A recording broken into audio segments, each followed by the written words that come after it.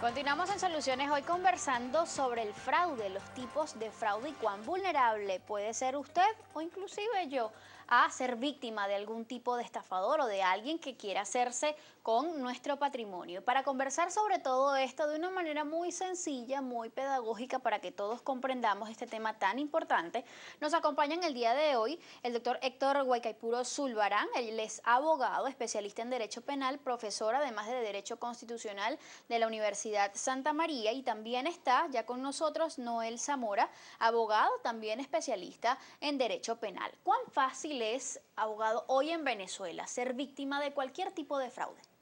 Bueno, aquí en Venezuela hay un dicho muy común que dice que todos los días sale un gafo a la calle y el que se lo consiga es de él.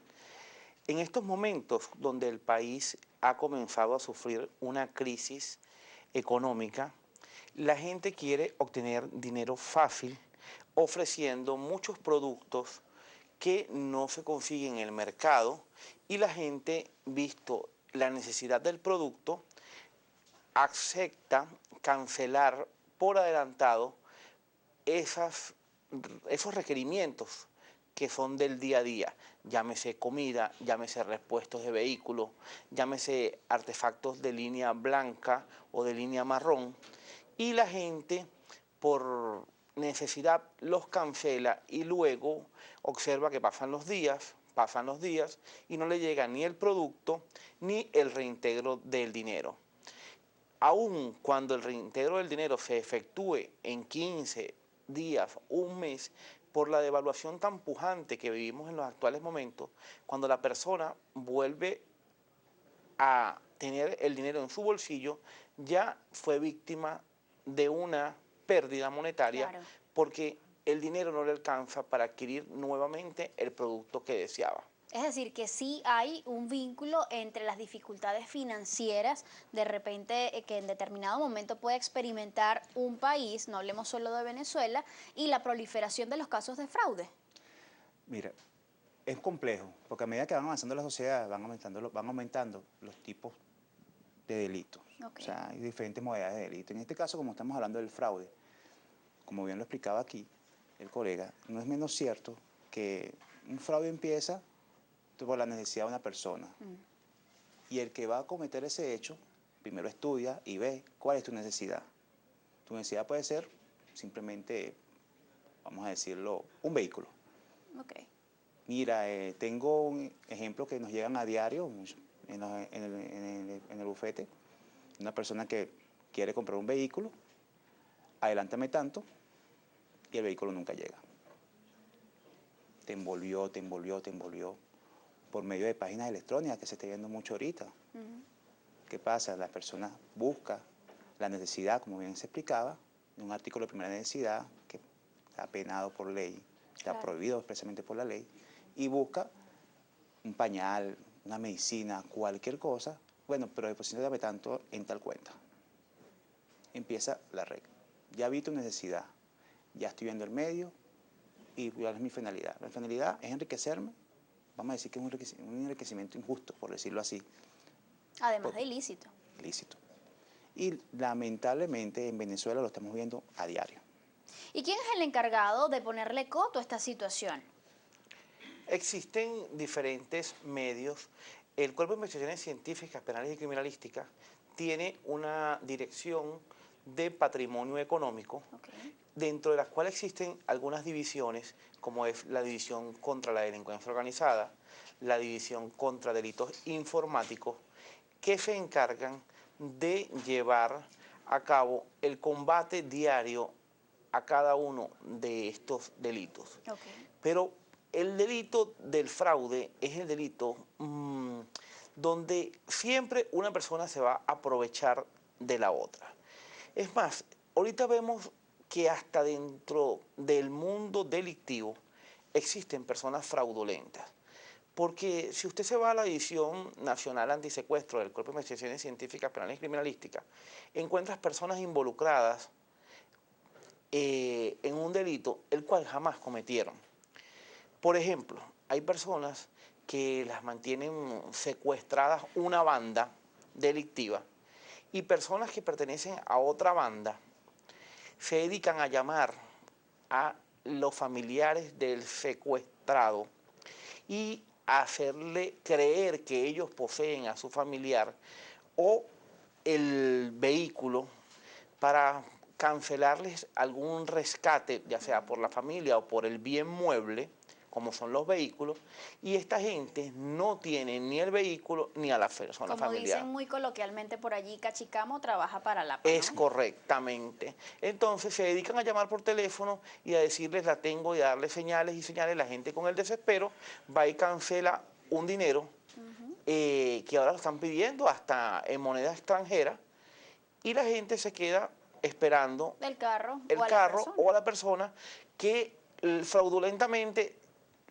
pagaron algo que tampoco es legal y se quedan como pajarito en grama viendo para todos lados porque no tienen ni el bien ni la persona y ahora tienen una pérdida monetaria más allá del delito del cual ya fueron víctimas. Entonces digamos que fueron doblemente víctimas tanto del delito que cometieron, que sea el robo del vehículo o el secuestro de la persona, más el delito de fraude cuando se comunica a una persona que no es la debida en este caso. Entonces, ¿qué aconsejamos nosotros en Zulbarán Asociados?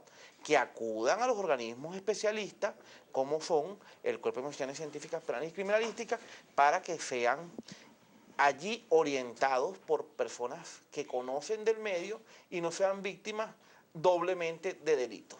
Ahora, ¿qué instrumentos legales tipifican al fraude como delito en nuestro país? El fraude está contemplado del artículo 462 del Código Penal en adelante. El 462, 463, 464 habla de los delitos de fraude y estafa que vienen siendo delitos relacionados entre sí. Y en el año 2012 la Asamblea Nacional creó o legisló sobre esta materia aplicándola a las nuevas tecnologías con la ley contra la delincuencia organizada. Con ello logró subir las penas de los delitos para que la gente no cometiera delitos de fraude o estafa y la pena sea mínima y no pudiera la víctima recuperar su dinero. Esta ley es más profunda y con mayor penalidad, como es el famoso delito de asociación para delinquir, donde se requieren 2 o más personas para cometer un delito. Entonces, en la comisión del delito, si nos sentáramos los tres a planificarlo y lleváramos una relación de actos delictivos, cometiéramos el delito de asociación para delinquir más el delito que realizamos como tal. ¿Y con qué velocidad o efectividad proceden las denuncias de fraude en nuestro país? Porque muchas personas víctimas de fraude dicen, no, pero es que de verdad ni siquiera voy a denunciar porque eso se va a quedar allí, eso no va a terminar en nada. ¿Es esto cierto? Lo que pasa es que tenemos que hablar de lo que llaman la cifra negra también, que mucha gente no denuncia, pero todos sabemos. Para acotar también tenemos una ley contra delitos electrónicos que tiene unas penas bastante altas que superan los 10 años. Con respecto a eso, la gente tiene que denunciar. Tenemos que como sociedad denunciar. Tenemos que organizar como con los organismos competentes, va como desde el Cuerpo de Investigación Científica, Penal y Criminalística, a la unidad de atención a la víctima diciendo cuál es la situación, qué fue lo que pasó. Porque sencillamente, ¿cómo podemos ser nosotros cómplices, trayendo a colación lo que es la asociación para delinquir, de un delito sin saber? Un ejemplo que tuvimos una vez. Maestro de escuela, un sueldo, salario muy básico, todos lo sabemos, y ve en su cuenta, una noche, sentado en su computadora, ve en su cuenta una cantidad de dinero que no era la que él percibía mensualmente.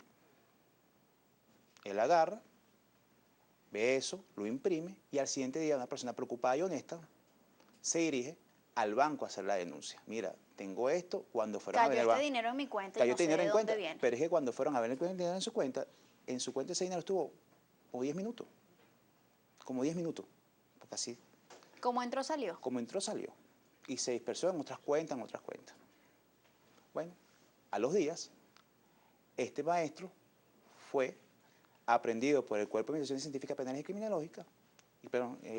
Criminalística, disculpe, fue aprendido porque está inmerso en un delito de asociación para delinquir, en este fraude. Por más que él fue al banco y trató de ser honesto y puso la denuncia.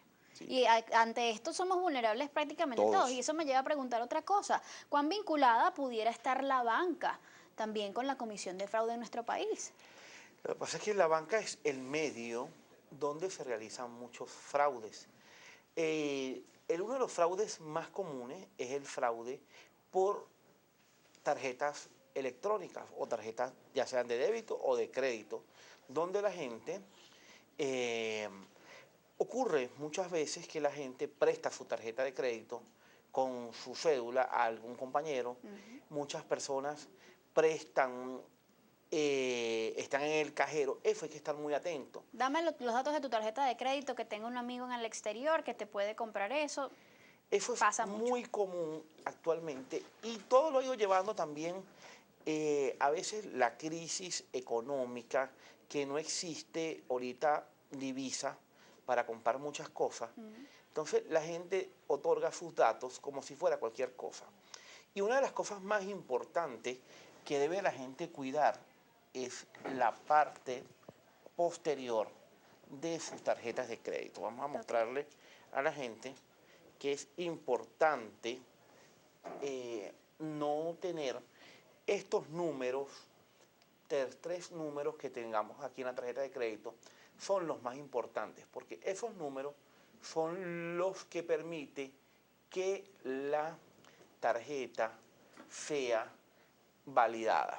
¿Y cómo hacemos entonces? Entonces, si usted le da esos números de la parte posterior, en los puntos donde no requiere que la persona esté, pueden realizar cualquier transacción sin su presencia.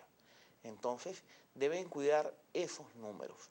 Y que cuando pasamos la tarjeta de crédito en algún lado, nadie anote esos 3 números. Por supuesto, y traten, cuando uno va a comer a un restaurante, de no entregar la tarjeta de crédito al mesero. Eso pasa muchísimo. Porque hoy en día existen puntos electrónicos donde el mesero se acerca al lugar donde uno está comiendo, es decir, a la mesa, y allí pasa su tarjeta y no tiene que irse. O si no, párese, vaya, acompañe al mesonero a pasar la la caja. tarjeta, que le cuesta.